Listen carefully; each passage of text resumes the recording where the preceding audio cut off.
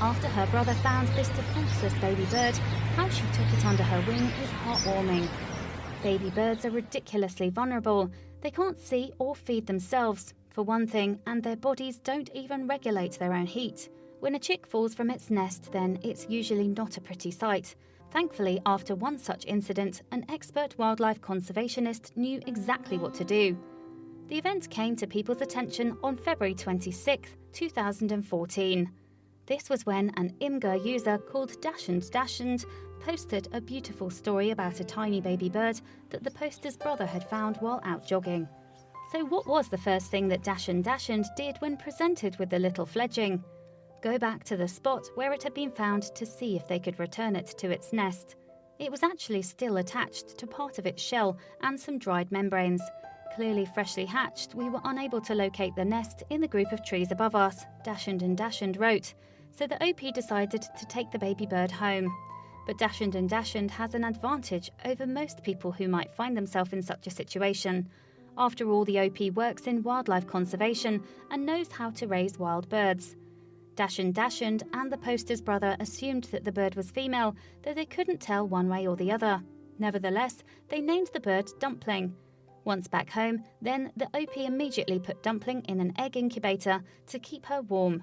DachsUndDachshund also ordered an intensive feeding schedule, every half an hour for 14 hours a day. They would give the little bird insects that they had caught or store-bought formula especially made for chicks. She would start squawking to be fed every 30 to 45 minutes, the DachsUndDachshund wrote on Imgur. But what was really impressive at this stage in her development, DachsUndDachshund wrote, was that even with the poor coordination and closed eyes, this chick knew enough to back up to the edge of the nest we made for her and poop over the side, so as not to dirty the nest. Later, at just 5 days old, little Dumpling began to show off some downy plumage. Indeed, the bird really seemed to grow fast. The baby cheeper was even starting to sit more like a bird instead of a raw dumpling. But chicks can't keep themselves warm until they get a proper growth of feathers, so at this stage baby birds have tube-like sheaths called pin feathers that protect the feathers as they grow. You can see that most distinctively here on Dumpling's wings, for example. Once the feather gets to its final size, this sheath disintegrates and the feather is allowed to spread open, DachsUndDachshund explained. Then DachsUndDachshund wrote, overnight all of the feather sheaths fell away and ta-da, we have a bird. The only issue was that the growing dumpling had a bent toe, which probably came from falling out of the nest. But the OP said nothing could be done for the chick that young, and it wasn't affecting her balance. By day 8, Dumpling's diet had shifted from chick formula to little insects to waxworms and large crickets. But even with her feathers starting to come in, Dumpling was still a mystery to her foster family in terms of her exact species. Thankfully, though, their little bird had survived to the point that they could now take her out of the incubator. Since her body was covered in feathers, she was able to regulate her body heat on her own. The tuffets of chick fluff and eternally grumpy expression that baby birds have was hilarious, DachsUndDachshund wrote. But don't let her expression fool you. With a birdcage as her new home, this was probably a happy little dumpling, and her foster family made sure that her new home had lots of little additions, similar to what she'd find if she was still in the wild. She was a very sweet little bird and enjoyed perching on our hands early on, DachsUndDachshund wrote.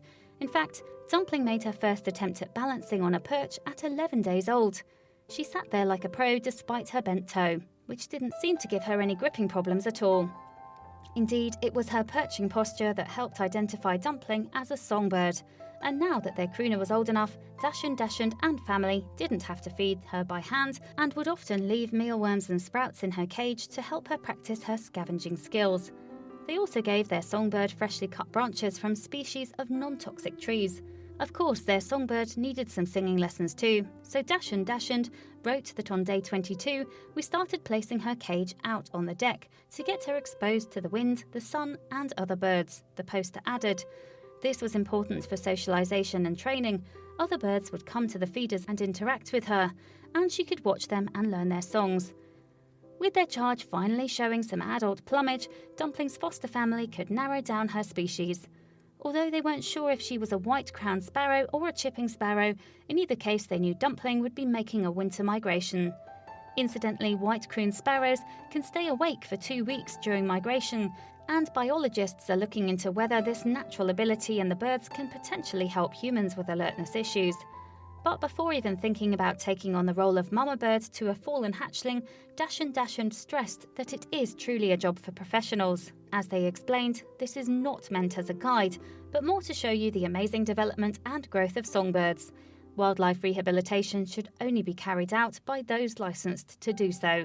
Indeed, DachsUndDachshund and other experts stress that if you find a hatchling, the best thing that you can do is try to return it to its nest, or take it to the nearest wildlife rehabilitation centre. The idea that parent birds will reject a baby bird if it smells of human touch is a myth, however. As for their little dumpling, DachsUndDachshund proudly watched the bird become more and more independent. At nearly a month old, Dumpling was eating solely on her own, refusing any food delivered by hand, and concentrating on a diet of worms, seeds, and a new favourite, fresh tree buds. At this point, she was essentially releasable, the OP wrote.